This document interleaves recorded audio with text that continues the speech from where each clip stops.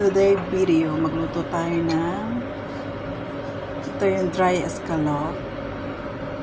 Binabad ko siya sa tubig kanina pa. Tapos kailangan ko siyang ganituhin, liitin para mag-evaluate siya. Tapos bigas, hugas na yan. Nahugasan ko na siya. Tapos karne ng baboy, iniwa-iwa ko na, nilagyan ko na ng marinade. Tapos luya, ito ay nilugaw. Lugaw po ang aming pagkain ngayong gabi.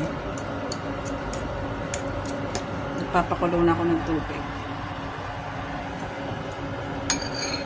para ilagay ko na ito lahat at lutuin para maging nilugaw.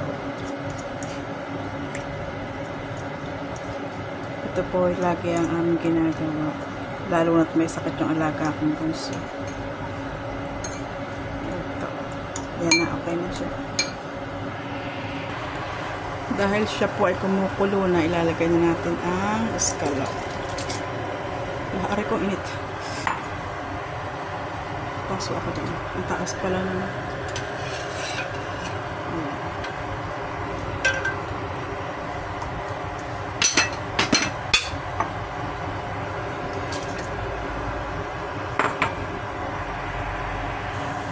Sunod naman yung bigas. Sama-sama na yan lahat.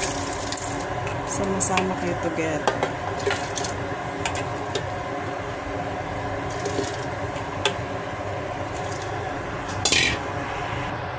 Ngayon po, ilagay ko na din yung karneng ating minarinate.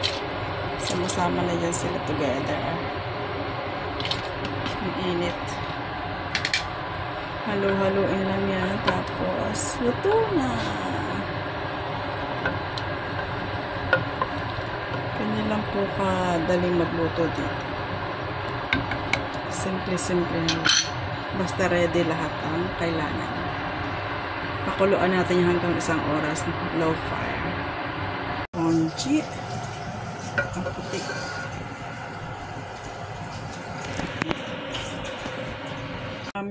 Aking konjing niluto. Maputi yung sinil ng camera ko sa ilaw. Ayan na po siya. Ipi-plating ko na kasi kakain na kami para lumamig na agad. Kasi yung mga bata, yung mga bata. Ilagay ko na sa plate. First plate para sa aking alaga.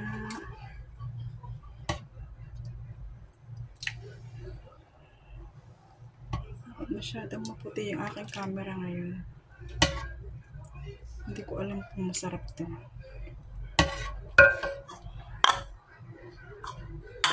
Ito na siya.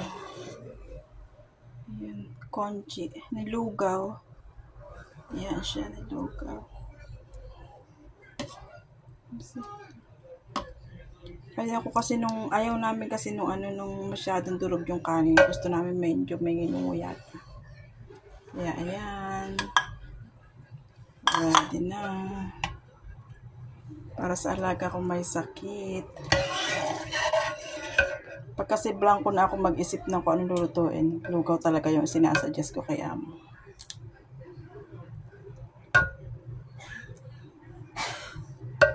Yeah.